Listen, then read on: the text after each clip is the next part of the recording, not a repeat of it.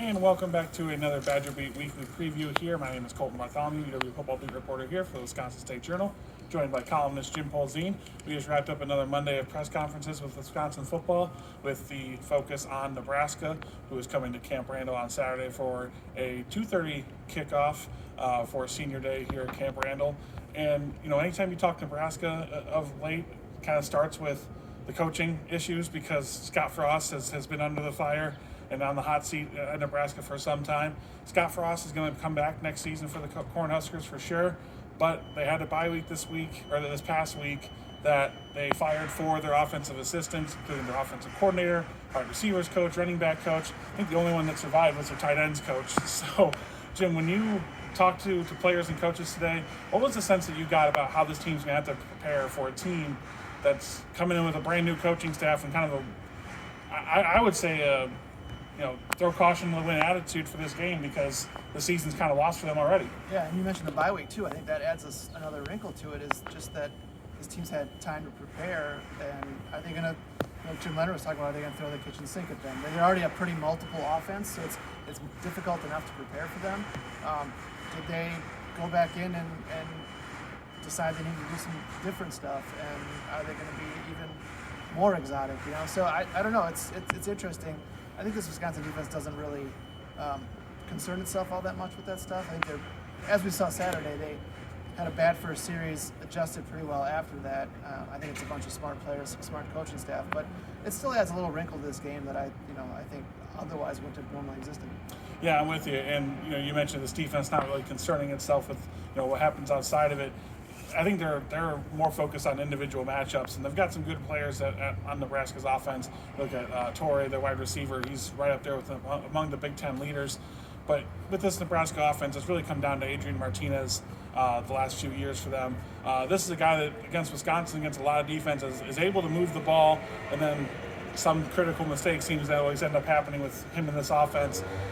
But when you talk to the defensive players, I thought it was really interesting, Jim, that everyone had a lot of respect for what Martinez has done, not only against other teams, but what he did against Wisconsin back in 2019. Wisconsin won that game pretty handily, but Nebraska scored a bunch of points and gained a bunch of yards. So Martinez is clearly a guy that they're ready to, or they know that they have to contain on the ground and with his arm, because he's really one of the better true dual threat quarterbacks that they've seen this year.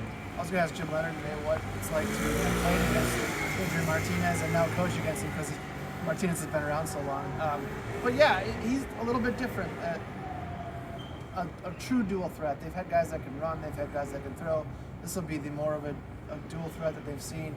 Again, like I had someone ask me today about containing Martinez as a runner. I think that'll be a challenge, but I've also come to just expect this defense to contain every runner it faces, right? It's just been so fundamentally sound and in terms of scheme, just being so good. So it'll be an interesting game. I've come to trust this defense to hold any opponent they face, maybe until Ohio State.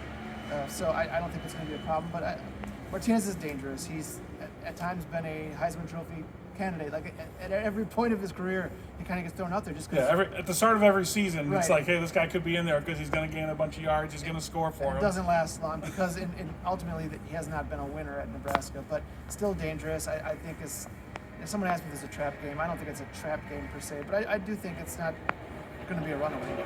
Yeah, Nebraska's got nothing to lose, and that's always tough to play against. And when you're looking at the Wisconsin side, Braylon Allen was obviously the story coming out of the Northwestern game last week. 3 touchdowns for him, 173 yards, co-offensive player of the week here in the Big Ten.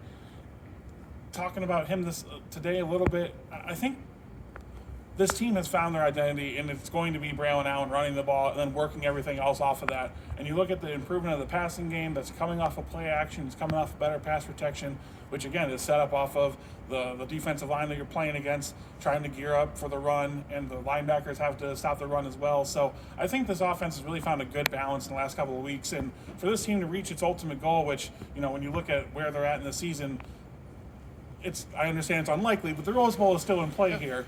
If they win the Big Ten championship, and if they're going to do that, they've got to be balanced, and it starts with Braylon Allen and then working out the passing game. Yeah, and like I wrote the other day, I think the important thing is keeping him healthy. I thought he had 26 touches the other day, I think. That's a manageable number. I was a little surprised he was in at the end of the third quarter. but then he had a pretty magical 32-yard touchdown run, and he's like, oh yeah, that's why he's in. He's just gotten so much better every week, and not surprising for a 17-year-old freshman to do that, but it's been noticeable just how he's evolved as a running back, and really has the ability to run you over, run around you. You've been around long enough. You saw Jonathan Taylor, Melvin Gordon was here, Ron Dane, like that. You felt that way early in those guys' career, and it's starting to feel that way with Brandon Allen. Yeah, there are definitely seeds being planted, and I think the stat the PFF put out there was 132 yards for Brandon Allen came after contact on Saturday. So some pretty incredible stuff there. But as we wrap it up here, make sure you're on madison.com getting signed up. $5 for 5 months is our deal right now. You can get through football season, the bowl game, basketball, volleyball, hockey, all our seasons, and then everything that we do outside of sports at madison.com. You can get all of that for $5 for 5 months. And for Jim Polzine, Colton Bartholomew, we will see you guys on Saturday.